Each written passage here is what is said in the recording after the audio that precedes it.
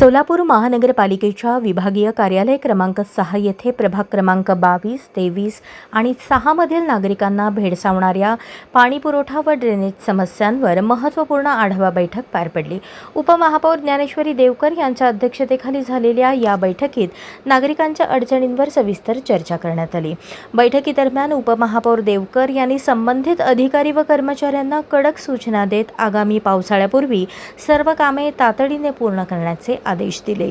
विशेषतः नाल्यांची नियमित साफसफाई, पावसाचे पाणी घरात शिरू नये यासाठी योग्य नियोजन आणि प्रलंबित कामे त्वरित मार्गी लावण्यावर भर देण्यात आला।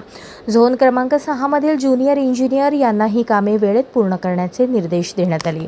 या बैठकीस नगरसेवक गणेश वानकर, किसन जाधव, सत्यजित वाघमोडे, अतिरिक्त आयुक्त संदीप कारंजे, उपायुक्त यादव तसेच विविध विभागांचे अधिकारी, स्थानिक पदाधिकारी उपस्थित होते।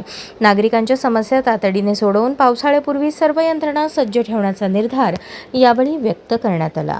आज 6 नंबर झोन येथे प्रभाग क्रमांक 23, 22 आणि 6 या संदर्भात बैठक झाली आहे। नवीन पाईपलाईन आणि ड्रेनेज लाईन संदर्भात बैठक झाली आहे।